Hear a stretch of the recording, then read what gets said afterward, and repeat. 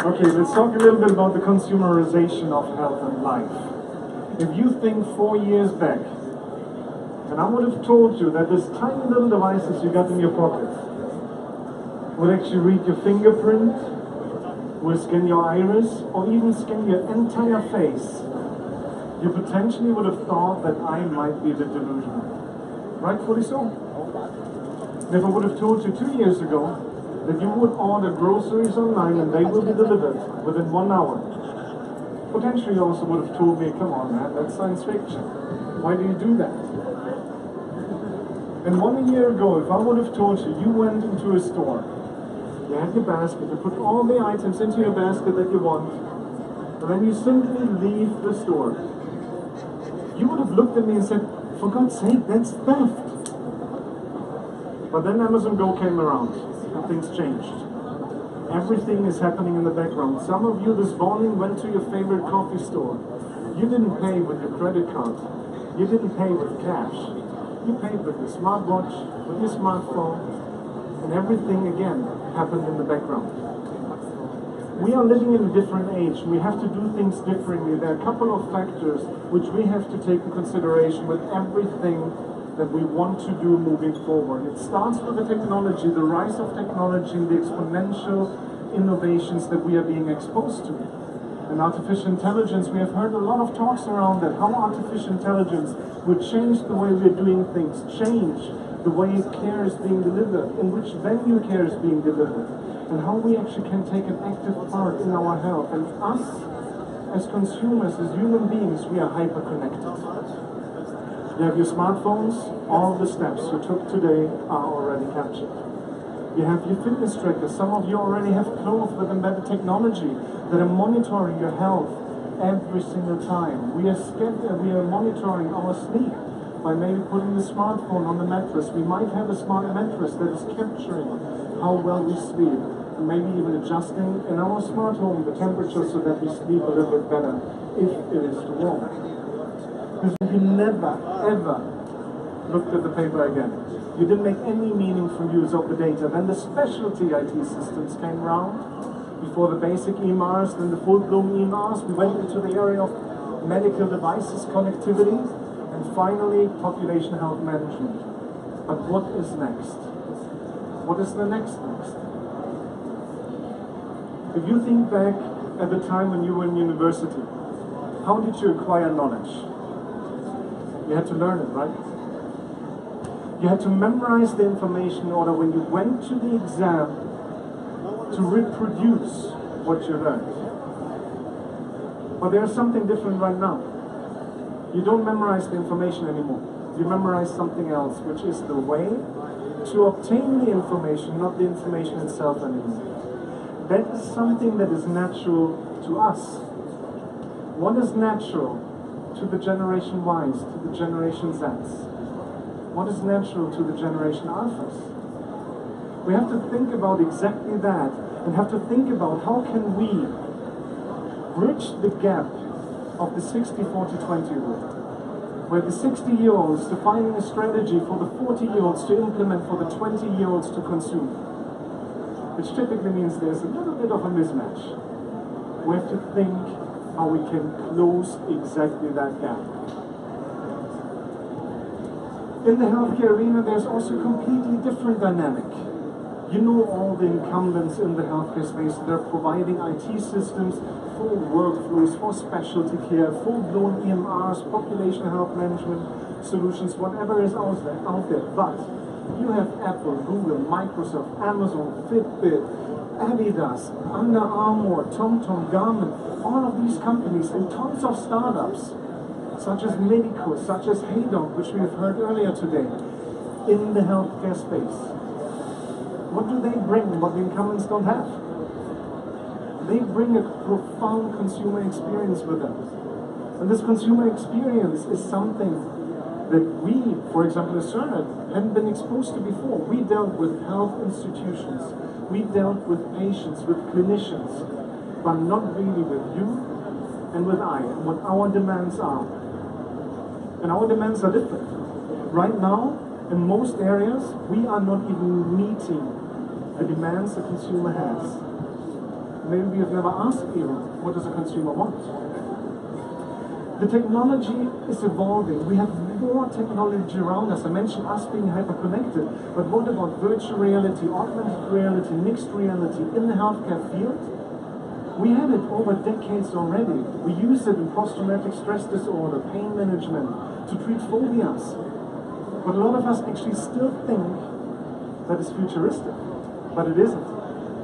It is now at a point where we have the possibility of a mass market adoption, because the price point is so low and everybody knows about it. So what do we do about it? How do we actually utilize that with us taking more part into our health journey? You mentioned that you put on your virtual reality gear. It is not maybe that convenient, but you currently want to do some rehab, right? You want to treat a condition, maybe you had a sport injury, you have to do your exercises. You can do your exercises at home, not a problem. Move your leg like this, absolutely easy. But how do you know that you move it the right way? If you use augmented reality and an avatar is being put over your movement, you know how to correct it. And that is helping us a lot to do a better treatment, to recover more quickly. And artificial intelligence is not knocking on our doors anymore. It is with us at all times. Sometimes it can be quite funny. Beatbox for me. If it's not too loud right now. Been practicing boots and cats and boots and cats and boots and cats and boots and cats and boots. I could do this all day. Cats and boots and cats and boots and cats and boots and cats and boots and cats and boots and cats and boots and cats. That was not very insightful. That was not very helpful. Call the closest doctor. Okay, here's what I found. So it states Al Zahra Medical Center right around the corner, which was way quicker than if I would have typed it in into Google. And this is a starting point. We already have Alexa, OK Google, whatever it is in our homes. We are very much used to it. It is a new technology which also has risks. Maybe there's security concerns. Not sure if you heard about the dolphin attacks. The dolphin attacks is something where on a frequency which we can't hear as human beings, you communicate commands to your digital assistants which will execute them. Imagine you have your smart home and a dolphin attack comes, open the front door, and your front door is being opened. Wouldn't make you feel safe, would it? But with all new technologies, we have problems in the infant stages. That does not mean that we should not use it. That means let's leverage the advantages which we have and also figure out how we can make it more secure. All of us are using the credit cards every single time when we travel. We use them and they work around the globe because the data is available around the globe. I just had the situation the other day. I got a call in the morning from my bank. They asked me very nicely, would you like to authorize this particular transaction which you supposedly just executed in Cape Town for about 40,000 dirham? I'm like, no, I don't want to exercise that because I'm right now in the UAE and I definitely didn't use my credit card in Cape Town. So we are using credit cards all the time. There is a risk associated with it, but we have quality gates afterwards to make sure that the risk is being minimized. So I appreciated the service, the security service of my bank to make sure that I'm not a victim of fraud. So what does it mean for us in healthcare in order to not be a victim of whatever new technology is there? We are hyper-connected, I mentioned it already. Sometimes if I talk about there are fitness trackers out there which you can tattoo on your skin, they're actually working. That sounds like science fiction, but it is not. They are out there. We're using all the technology at all times. The NFL teams in the US, such as the Golden State Warriors, are using clothes with embedded technology to monitor and measure the health as well as the performance of their athletes. They take decisions whom to take out, whom to put in based upon that data, because they now have access to that data. But there's another thing they have access to as well. They put these really nice cameras into the helmets, and they can actually take part in the game and analyze how some of the other players are behaving and thus adjust their strategy. If you look at prosthetics, the prosthetics are so smart right now that you can operate them with your brain. You can have, if you have a prosthetic hand, with your brain waves, you can make the hand close. So these are basically bionic improvements which we have as human beings already. So how much longer will it take till we, potentially at the end of our life, will just port our consciousness into an avatar and then live forever and ever and ever? Like Ghost in the Shell, not sure if any of you have seen that. And all this data is there, we're using technology which is fantastic, and if we don't make information out of the data in order to take informed decisions, there's something entirely missing. I normally shouldn't make this, I normally shouldn't have posed this question in the healthcare space, but if I ask you how many people die because of fire or hypertension, what is more? Fire or hypertension? Hypertension over there, fire over there, hypertension. Okay, so on a healthcare conference, it is typically more the healthcare problem, more people die around the globe. And you're absolutely right. Same with diabetes, same with heart disease. However, we are working in the healthcare space and we have that knowledge. We have that knowledge because we are exposed to the data at all times. If we look at the rest of the population on this planet, they will definitely think that more people die because of fire, because of violence, or because of road accidents for a very simple reason. That is what is constantly in the media.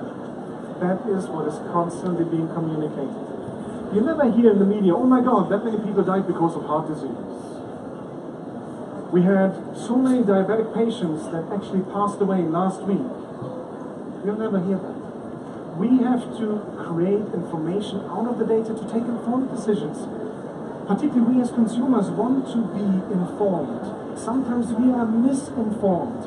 If I go into Google, when I have a condition, I Google it. I can tell you one thing, I have absolutely everything. Medical school syndrome, typically in the first year, when you learn about all the things, you have them in the end. Potentially I'm currently in my menopause if I Google it. But that just means information is available, but not in a way that we can actually understand it. So we need help. We need help in really making meaningful use of that. And that brings me to the personalized evolution. I as a human being, I as a consumer, I as a citizen want to take an active part in my health, in my well-being. However, I don't want to have an additional burden on top of me because I don't have time to enter data somewhere. I don't have time to use a different system. I want it seamlessly integrated into my life. I want to be notified that, you know what, this vaccination is almost due based upon your calendar and where you will be next week. We already scheduled an appointment with a doctor next door. You can just stop by, completely fits into your schedule. You get your vaccination, everything is done. That is how I want it. Or maybe I want it a different way, that a drone will just come to my office and will be administered right then, which might be nice as well. Or I can just 3D print the medication at home. And even that is not too far into the future. In addition to that, I want to have what I want to have. And I don't want to have the standard package that everybody gets. If I want to have A, B, C, and Z, I will get A, B, C, and Z. I will not get the entire alphabet. If I want to have a black, blue, green, and purple, I will get it in black, blue, green, and purple, not in 50 shades of gray. Because I want to have everything personalized exactly to me. Because it is my health. And my health is personal. So I want to have the services personalized, which also means that the health facilities have to personalize it to us. And I want to have it right now. If I'm sick right now, do I want to make an appointment this afternoon to see a doctor? The answer is no. Do I want to have an appointment tomorrow to see a doctor? The answer is no. I want to interact right now with some sort of clinical feedback. That doesn't mean it will be a human being. It doesn't have to be. For 95% of the cases, when I see a doctor, a machine would be a way better decision taker. Because a machine is a way better data collector. Plus, every patient around the world would benefit from all the experience this machine has collected, all the data it has collected, all the mining that was done on the information. Whereas if I go to a doctor, the doctor just has the data source of the patient he or she has seen, and nobody else. I want it right now, right here, like I order my Careem, like I order my Uber, like when I go on vacation and just go on Airbnb or hotels tonight in order to find a place to stay. I don't plan ahead anymore, because we don't have time for that. We have to understand that with respect to the electronic medical records in the developed markets, we had an EMR adoption curve. But we will never have this electronic medical record adoption curve in the developing markets. The infrastructure will never be put in place, but there's something else already in place, which is the mobile infrastructure. And that is completely covered. If you look at China, if you look at India, if you look at the African continent, you have 100% mobile coverage, and something else will emerge, which could be population health in the infant stages, but it is more than that, and I'll elaborate a little bit further on that. Right now, we are actually in a hybrid state. My brother and I always have these discussions around car brands. He is working with BMW since over 20 years, and I have to admit I'm an Audi guy myself. I just like Audi. So we always discuss these brands, and then a couple of years ago BMW launched the i8, and I have to admit I fell in love with the design. I wasn't that much concerned about the torque that the small combustion engine, the two electrical engines will generate, but I was concerned with something else. If I drive a sports car, I want to have the sound of a sports car. I want to have this feeling of a sports car. I was just not sure if that will be the case with the i8. When I visited him in California right now, I had the possibility to experience it firsthand. And I can tell you one thing, Dan, I was astonished. I was astonished how the engineers designed the sound of the small little engine and use speakers in the car to generate more sound, to make me feel that that is a real sports car. It is not an electric vehicle, it is a hybrid. And I am not ready for an electric vehicle like the Teslas, the Fiskars of the world.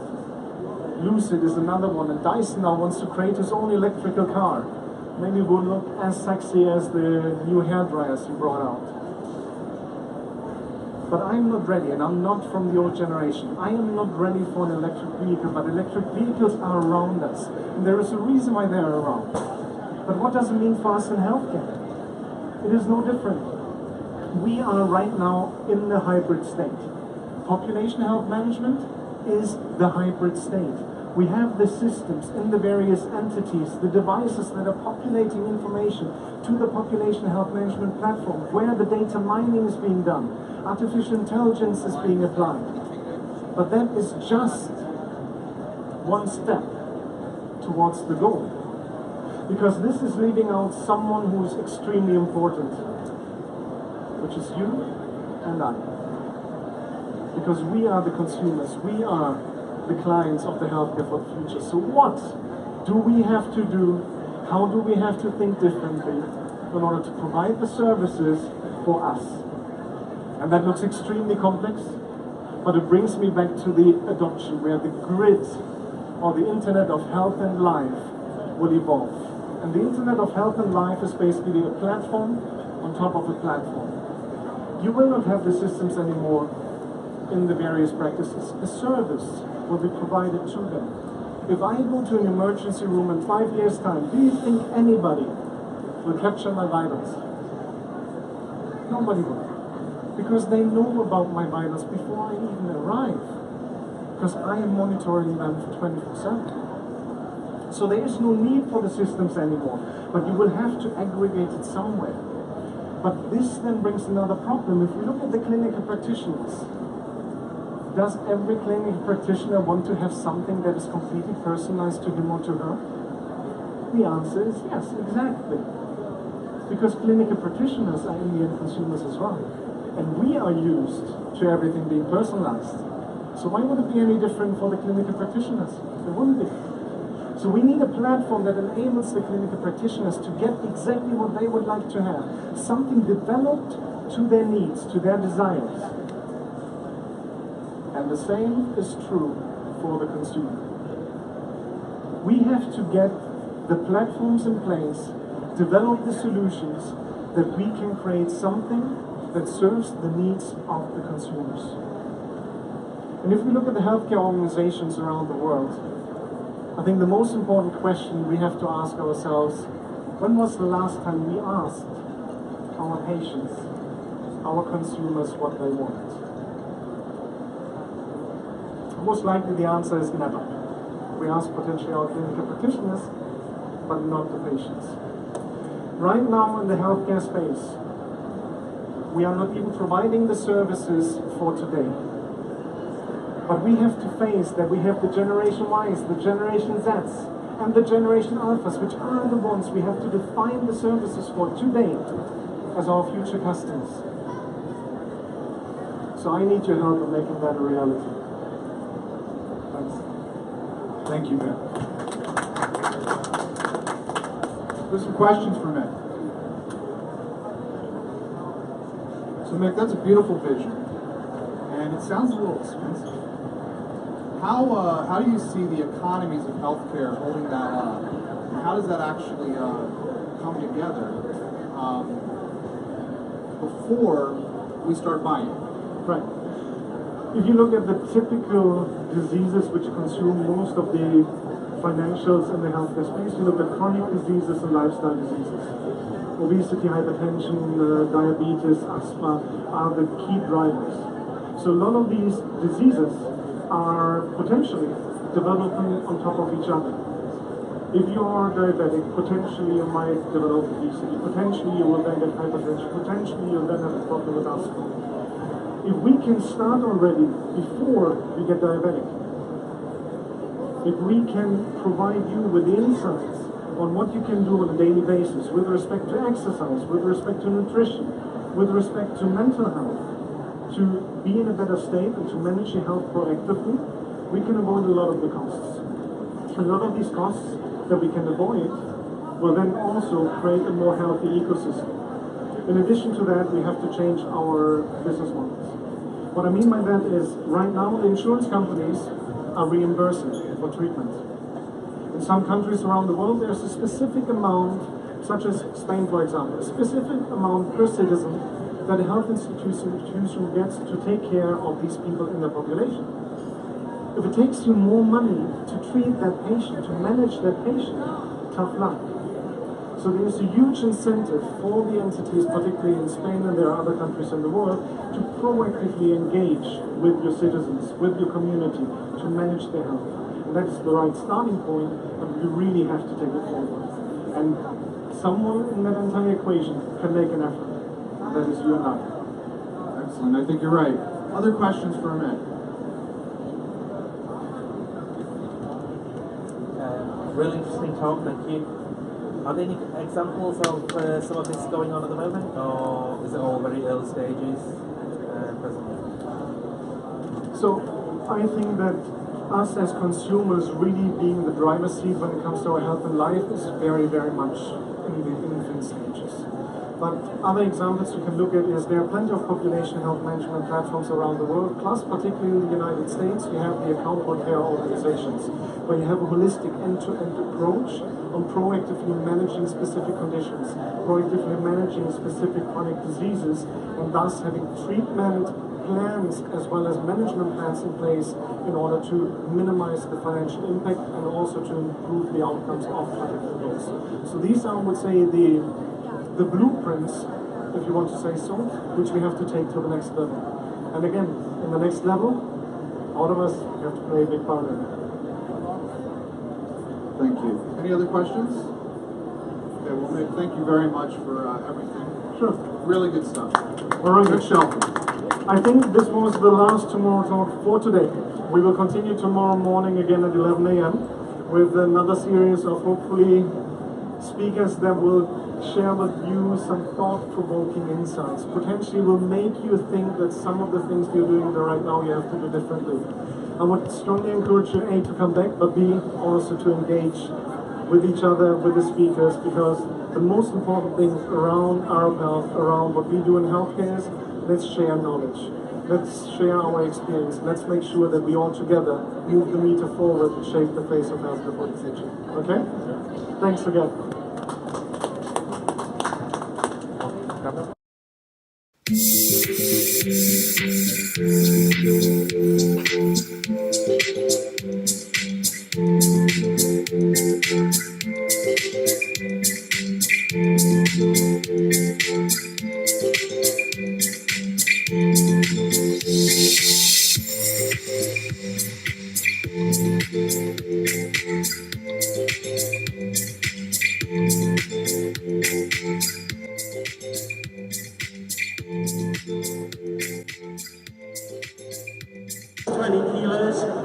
His blood is staying within therapeutic range, and you know, he's 20 years younger.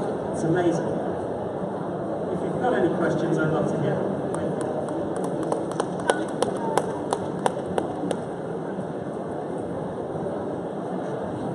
Oh, good.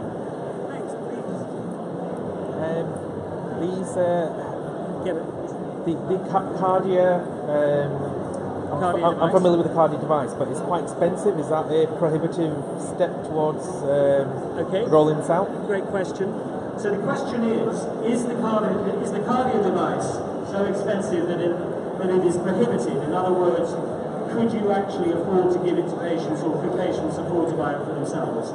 But the answer is, it is expensive, and in dirhams, I think, how many dirhams to a pound? I think it's 5. Yeah, so it's probably 500 dirhams. That's quite a lot of taxi fares. So it's not cheap, but what tends to happen is that people can use that device in a clinic, and actually people also benefit from using it at home. They benefit from using it on a regular basis because AF is paroxysmal, and therefore it's actually important to measure your ECG on a regular basis. There's some very good evidence base for doing that. There are some new devices coming along, as I say, with the weight scales and the blood pressure monitors, which are incorporating an arrhythmia detector. And what we also saw just this morning is actually a mobile phone-based, camera-based app with no device as such. So I think it should be cheaper. It's developed in Belgium, and apparently it's just completed its CE marking. So I'm going to be having a look at that. We're also interested in working on we're going to be introducing in 2018 a 14-day wearable patch at sub $50. And the great thing about that would be that you could potentially provide that to all of the people who are missing and likely, all of those people who fall into the targeted screening program across the population.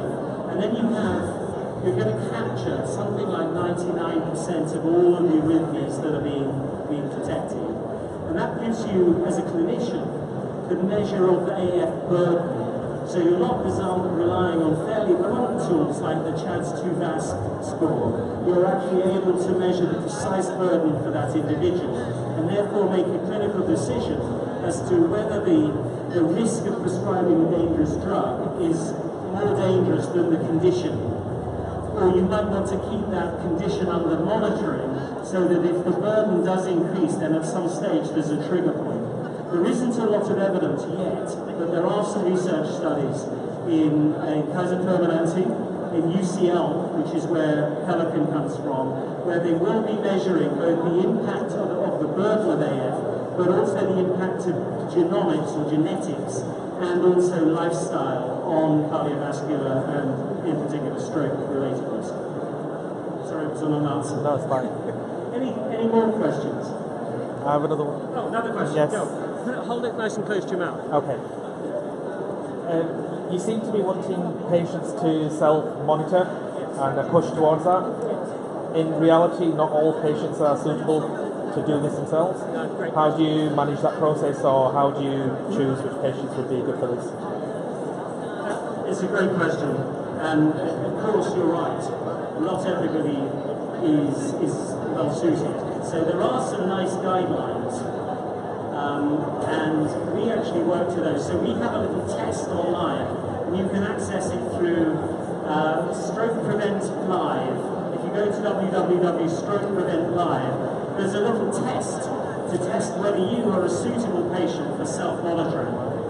And if you are, and you come through the test, you complete the answers correctly and so on, then you can print out a letter and take it to your general practitioner to show that you actually have met all the minimum guidelines as dictated by NICE for self-monitoring. Any more questions? Please come and ask. Don't hold back. Right, well thank you very much indeed, Tony Bowden from Pelican Health, Day 3 at Arab Health.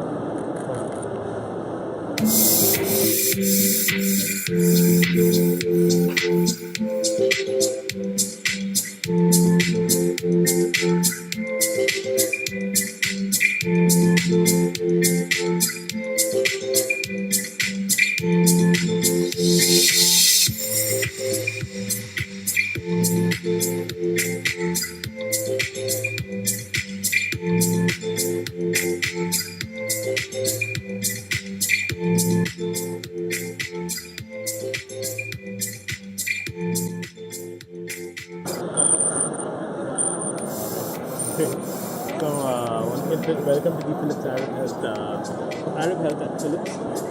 My mistake, sorry. No, it's okay. Go ahead. Okay, so Philips is here at the Arab Health. Philips stand is set up, laid out to show how Philips seamlessly connects people, data, and technology throughout the health continuum. Starting with better living and prevention, then we move on to diagnosis, then we move on to better treatment, and finally better home care. Since health has no bounds, neither should healthcare. Now, as we go along, I'm going to show you first how Philips helps you have a better lifestyle to prevent any or offset any problems with health. But of course, as we age or as time goes by, people do have heart problems or health problems. Of course, this is Arab Health, we're talking about cardiology problems, but Philips touches in all areas. Now, as we move, we'll walk into the shoes of a person by the name of Tom. And what Tom does is he's going to go through prevention, he's going to go through diagnosis, treatment, and finally home care. And we'll see how Philips helps him in his particular condition. Here at Prevention, Better Living and Prevention, we have the Philips Air Purifier Series 2000i. It cleans 99.97% of the airborne allergens and gives you cleaners air to breathe. We have professionals in each area, so if you have more questions, you can always talk to the expert. I'll be happy to put you in touch with them. Here we have the Philips Sonicare Diamond Clean Toothbrush. It's a connected device that works with an app. So it guides you to brushing your teeth, through brushing your teeth, and you can actually send your data to your dentist. Is it popular? It's actually popular among a lot of people who use it. Okay. That's a diplomatic answer. No, fair enough. It's because the only thing is the price range. It comes to around, in UAE, as I checked online, it's around 800, between 800 and 900. Okay. So, other than that, in terms of usage for people who are regular with their dentist, who care about their hygiene, they are the ones who invest in this and spend on this because it's durable. It monitors the maintenance rate of their teeth, and it has an app, so you can also monitor it visually. Over here we have the Philips Air Fryer XXL. The Philips Air Fryer uses our patented rapid air technology that combines the power of the grill along with the conventional fan to blast superheated air around your food. This gives you the taste of fried food without actually frying it in oil and maintaining the saturated fats. So you lose the fats, but you're still getting the taste of fried food. As you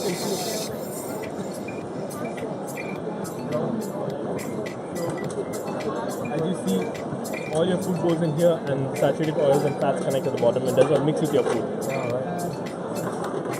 So healthy living also means healthy eating and healthy breathing.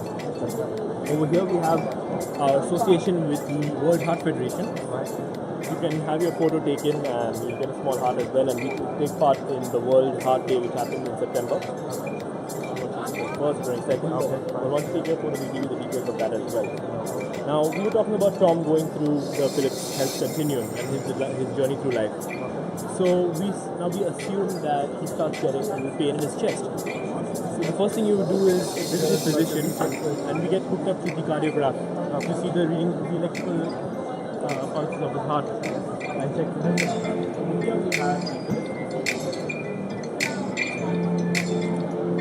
Philips IECG. It it takes your current data and previous data, so it helps you compare your ECG readings to see what's the exact problem with your heart, its readings, and if there's any deterioration as well. We have an expert in this area who I can guide you to if you have more questions on this. Over here we have the Philips IntelliView Guardian.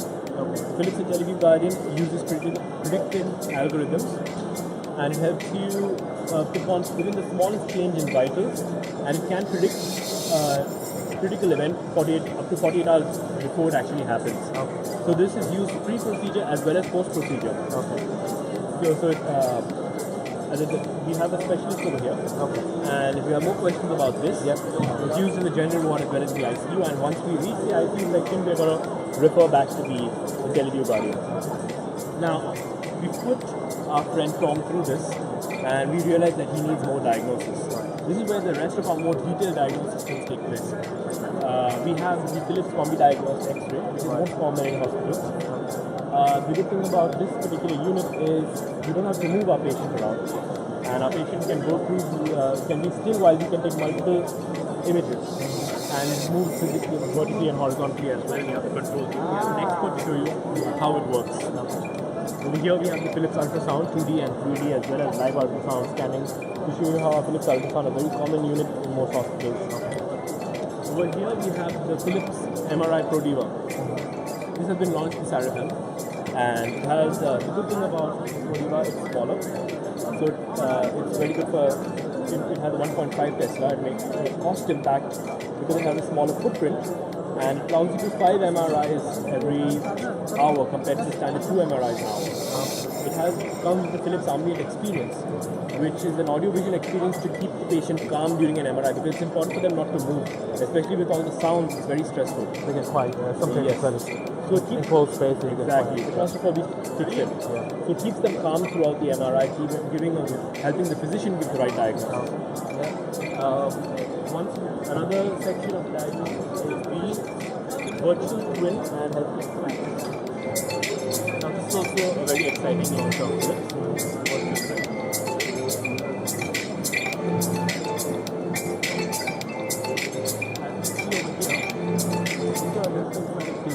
That use a lot of predictable algorithms in different areas of health, the IntelliSpace cardiovascular, the IntelliSpace portal, IntelliSpace facts, and there are different regions, different areas that they cover to take up vital readings of your systems, and also apply these algorithms to see your health outcome in the future.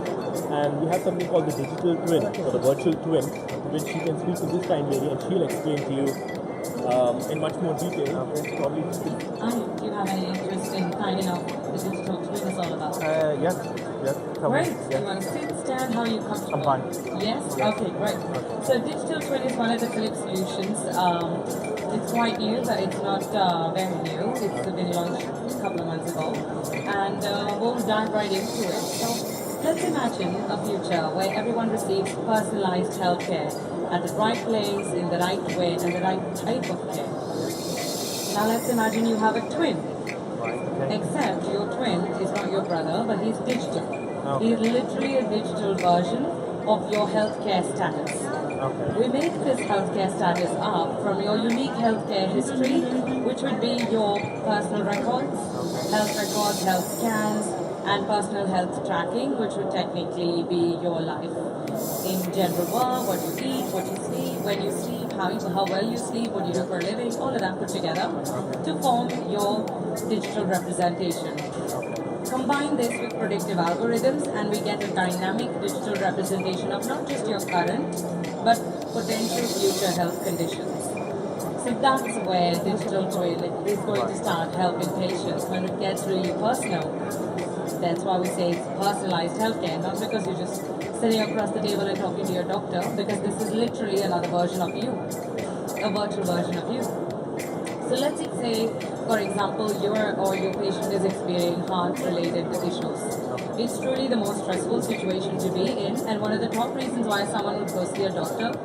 Sure, if you had a fever or a cold, you'd avoid the trip, but if you know your heart's in trouble, you're definitely going to go. It can be very complicated for the cardiologist to give you a swift and accurate diagnosis right away. You would obviously spend tons of money in reports and scans and blood work and tests, and that's where digital twin comes in. Combined with advanced analytical systems, the information from our advanced analytical systems, along with the predictive algorithms, and don't forget your unique healthcare history, we form a unique biophysical model of your heart. Only because we've taken the example of a heart now. Your unique biophysical model of a heart will allow the cardiologist not only to assess the best therapies, but to plan the procedure and get it right the first time.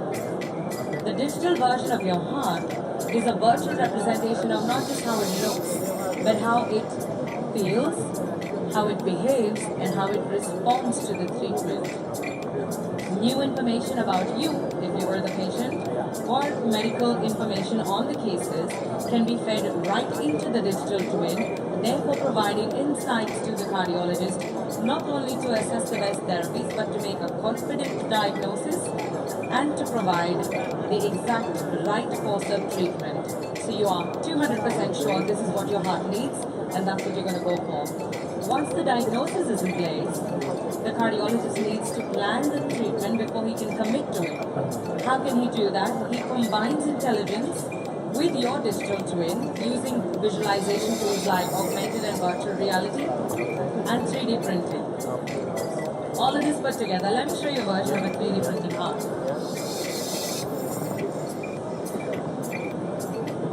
So now your digital twin, your virtual heart, not only looks like the real heart, like your real heart, but it also behaves. It's not just a geometric match, it behaves in the exact and responds in the exact same way that your heart would.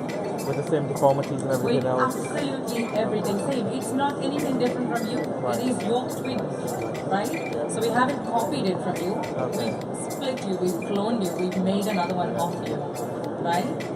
So the digital twin not just has all your preloaded information, and of course your personal health tracking happens on a regular basis, but if your heart decided to get better or sicker, this information is also updated, and therefore the cardiologist can give you the best possible health care.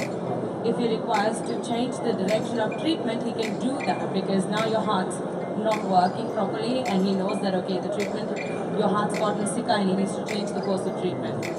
So today we've seen the example of a heart, but I'm sure you understand that that's only an example. It could be your lungs, your kidneys, your stomach, your brain, any other function of your body. Every nerve, every neuron can be twinned, cloned, and you'll know exactly the care you need.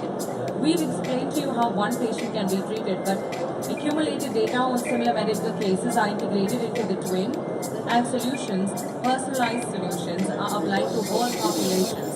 So you see what this can do on a national and a global scale. It's impressive. It sounds like science fiction, but the technology is right here in front of you and very much a reality. The whole goal of the digital twin, to sum it up, is to enable prevention by accurate prediction. Thank you very much for listening to me. Your booth tour, your tour guide will take you away. This is a token of our appreciation. Philips is all about making life better. So please feel free to use that token. He'll show you where to put it. Make somebody else's life better. Philips will make a donation on your behalf to a charity that you choose. Thank you very much. Thank you so much for your time. Have the rest of the tour, please. Thank you. Great. Impressive stuff, isn't it? Yes, Is it being is it in use? It's a time thing now. Once launched, you see it takes global data or population data. So the more it's in use, the more accurate it gets. Okay. So obviously your data is put in with comparables. The longer it is in, it was launched last year, soft launch. Okay. However, it's been picking up. Not in the region yet, not in our region. Okay. They are launching it in our region. But however, in other regions it has been picking up in the European area, for example. And as the population builds into it and statistics go up, then it applies more. Now we move on from diagnosis to treatment. This year Philips has got the complete Azurion, Philips Azurion cath lab in the booth. So Philips Azurion is the latest, the biggest launch in the last 10 years of interventional X-rays by Philips. As you can see from around, Philips Azurion uses image-guided therapy to help the physician treat the patient. So it brings everything into the cath lab. As you can see here on the systems, we have all data in one place to speed up the timeline, performance, and coordination between the staff and the patient, as well as the physician. We have the experts here, so if you have any questions on the Azurion, they'll be able to help you further. Now, once our patient, our friend Tom, goes through the treatment and he's recovering, the two places that he goes either into the general ward for recovery or the ICU, which is research. Now, as I mentioned earlier, we can refer back to the IntelliVue Guardian, which has predictable algorithms to find out if you have any anomalies. And it can predict up to 48 hours in advance any changes in your vitals that could possibly cause a critical event. 50% of deaths take place in the ward post-surgery. And this is what we are here to avoid, to make sure you're taken care of and we can intervene before it reaches that stage. Once we finish and we're out from the hospital, Philips continues their reach into your life by better home treatment. We have a lot of solutions for home treatment. Here on display at the Philips stand, we have the Dream Station with all the apnea, people who suffer from sleep apnea. We have the machinery to show you how that can help. And over here we have a small experience, a live experience with audio experience to show you how to get better sleep. And you can have your picture taken. And this brings us to the end of our booth tour.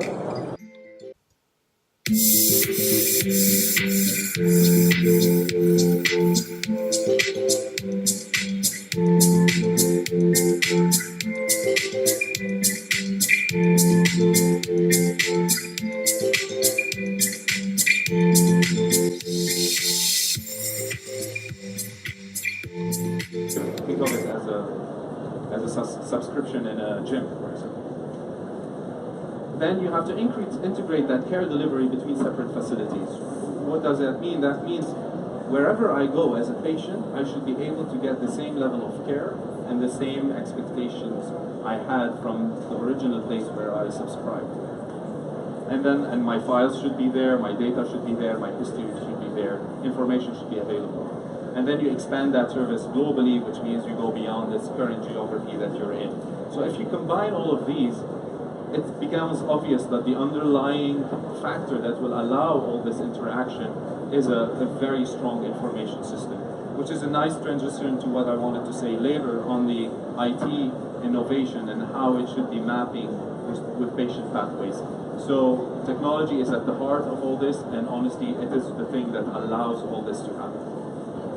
The second interesting comment I got was from Matthias, and Matthias said, well, you know, I feel like we in the healthcare industry, it's like a frog in the heating pot, which does not realize that water is constantly getting warmer and warmer until he dies. So, what could incumbents in healthcare do? There's only one way to survive, according to Matthias, is try to understand the customer needs and the pain points in the customer journey, and therefore adapt our models to that, and try to solve the pain points better than your competition or in the industry. So that got me really thinking, and if we want to look at what IT should be allowing us to do really, it's like, you know, the tower, at the Air Force trying to manage all these planes flying together. If you think about it, the plane spends most of its time in the air, and the only point of contact is that tower. So you don't really know what's happening, in that plane for most of its lifetime. And so we, as healthcare providers, should be able to monitor our patients while they're traveling, or while they're actually away from our hospital or clinic or wherever it is that we're supplying our service. So these two can only happen if you understand the patient pathway and the patient journey, and then you design your IT solution to map to that care pathway. So let's take type 1 diabetes, for example. I take it, this is currently our focus.